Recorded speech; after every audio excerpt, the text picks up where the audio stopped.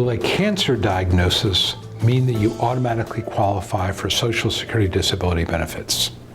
I'm Jonathan Ginsberg. I'm a Social Security disability attorney. And I regularly hear from people who have been diagnosed with cancer, whether it's breast cancer, prostate cancer, skin cancer, any number of other cancers, and they say, you know, I'm going to apply for disability benefits. I'm going to get approved right away, correct? Well, not necessarily. Basically, cancer is something, obviously, it's severe. Whenever you hear the word cancer, it's obviously not a good thing to hear. But it doesn't necessarily mean you're going to be disabled. The good news is that there's a lot of cancers out there that can be treated and cured, and so that you may not be disabled. Realize Social Security defines disability in terms of how your medical problem leaves you without the capacity for work, and that you'll be out of work for at least 12 consecutive months. So if you have a diagnosis of cancer that can be cured with surgery or radiation or chemotherapy, and you'll be back at work within a year, then you may not be found disabled. So simply the diagnosis of cancer does not mean you're going to be disabled. Now, generally speaking, there are two theories of disability I use when dealing with a cancer case. The first is the listing theory. And the listings, if you don't know what they are, is where Social Security has identified certain medical issues that are so severe on their face that they're basically automatically disabling.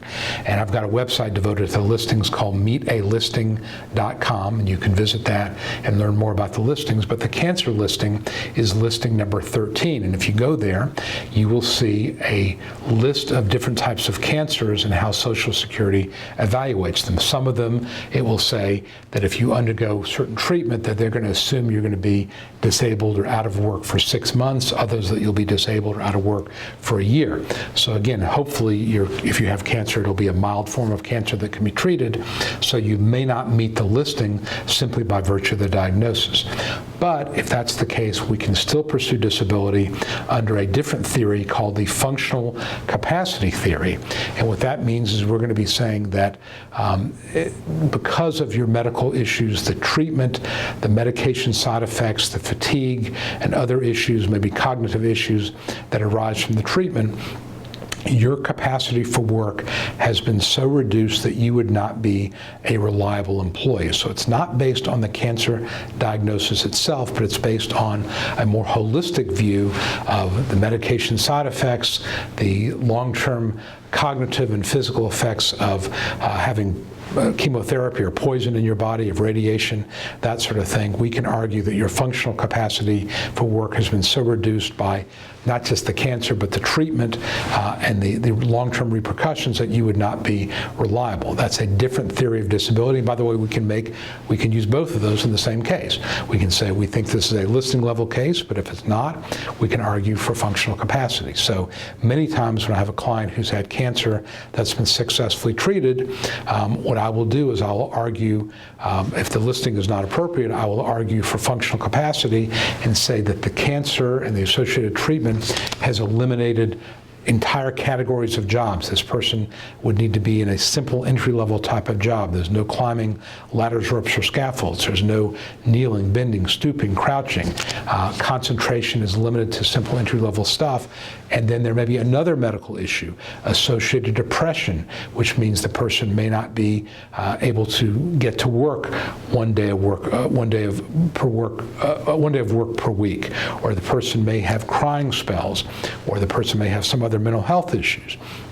Or there could be long-term implications because of the chemotherapy that the individual has to urinate every 30 to 45 minutes. That's a big work problem. So you may put together 3 or 4 different things, cancer being one of them, medication side effects being the other, depression, long-term effect on some organ or some body system that impacts its function. When you put them all together, the person would not be reliable at a job. And that's what I'm focused on. So that's the way I approach cancer cases. I look at it as the cancer problem as well as the associated medical issues that arise from a cancer diagnosis. And again, they can be directly arising from it, meaning a part of your body isn't functioning properly, or it could be a little more indirect, that you've developed severe depression because of the fear of cancer recurrence, or because it's changed the way you look, or it's changed the functions that you can do on a day-to-day basis. So there's different ways, different theories to approach, but those are the main ones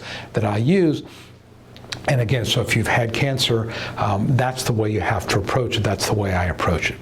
If I can be of assistance to you with something like that, please let me know. You can reach me through my website, ssdanswers.com. I've also got, and I've got a case evaluation form there. I've also got a Secrets to Winning Disability Survival Kit at ssdanswers.com. I invite you to get that. Leave me a comment on this video if you thought it was useful. Give it a thumbs up if you thought it was helpful.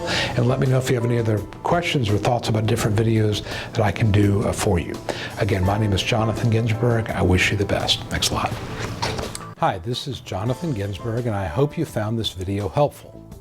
If you'd like to know more about how to win your Social Security disability case, I'd like to invite you to download my Secrets to Getting Approved Early Survival Kit that I created just for people like you. Currently, I'm making the survival kit available at no cost, and I encourage you to grab your copy now. Some of the topics I cover include: how do I know if I have a case? Is it the right time for me to file my claim? 9 common mistakes that can doom your case. The 3 must-have arguments you use to win your case. And a topic that every disability claimant wants to know: how to avoid trick questions from the judge. If you or a loved one need to win Social Security disability benefits, you'll find the Survival Kit essential reading. Download your Survival Kit right now and at no cost. Just visit ssdanswers.com/survival and sign up. It's that easy. Please act now. And as always, I wish you the best.